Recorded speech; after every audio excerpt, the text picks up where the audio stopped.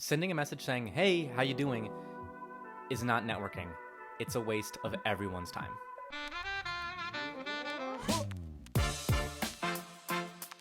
Think of your network like a garden. You have to be willing to tend to it, to give it water, sunlight, nutrients, or else it dies. Just like a healthy garden, a healthy professional network is a beautiful thing. Take care of it, and it will take care of you. The problem is, many people don't treat their garden very well. I can practically hear you now. "No, Nate, you don't understand.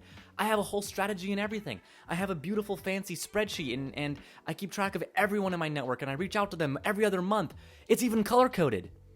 Okay. I've been there. I've done that. I used to do this exact same thing. Then I grew up. The problem with this is that it lacks intention. To curate a healthy garden, you need to be deliberate, intentional, strategic. Sending a random, "Hey, I exist" message every couple months is the opposite of intentional and strategic. Just think about it for a second. Saying something like that, one of those, "Hey, how are you doing" messages, what's the point?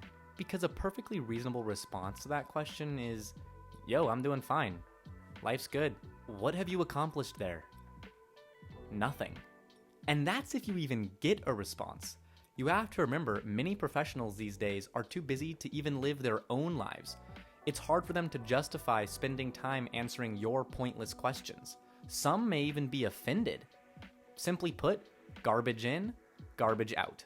The point, the purpose of a professional network is to build relationships. And you don't build relationships through meaningless chit-chat. You build relationships through genuine connection. The spreadsheet or sending a message to everyone in your network every few months is a great idea in theory, but it misses the point. It basically incentivizes you to strip out the organic, genuine parts of the relationship building process and reduce it to essentially just a generic hand wave. That's a great way to stay strangers. And strangers don't help strangers get jobs. So, here are some tips to build meaningful relationships in your professional network. 1, it takes 2 to tango. You're gonna click with some people and not with most others. Just like in dating and personal friendships, you're not gonna vibe with everybody. That's okay. Don't force it.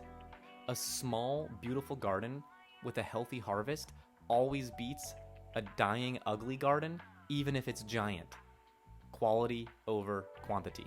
Number 2, some people make fantastic mentors. Others do not. If you're not vibing with someone, move on. You want a mentor who is going to lean in, support you, make time for you. Life's too short for a mentor who doesn't care about you. Number 3, be genuine. Ask yourself the following questions. Why are you building these relationships?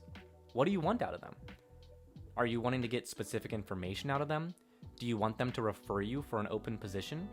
Have an idea that you want their input on? Do you want coaching support from them? These are all wonderful reasons to reach out to a connection. I say it all the time. Specificity is one of the most important qualities in the professional world.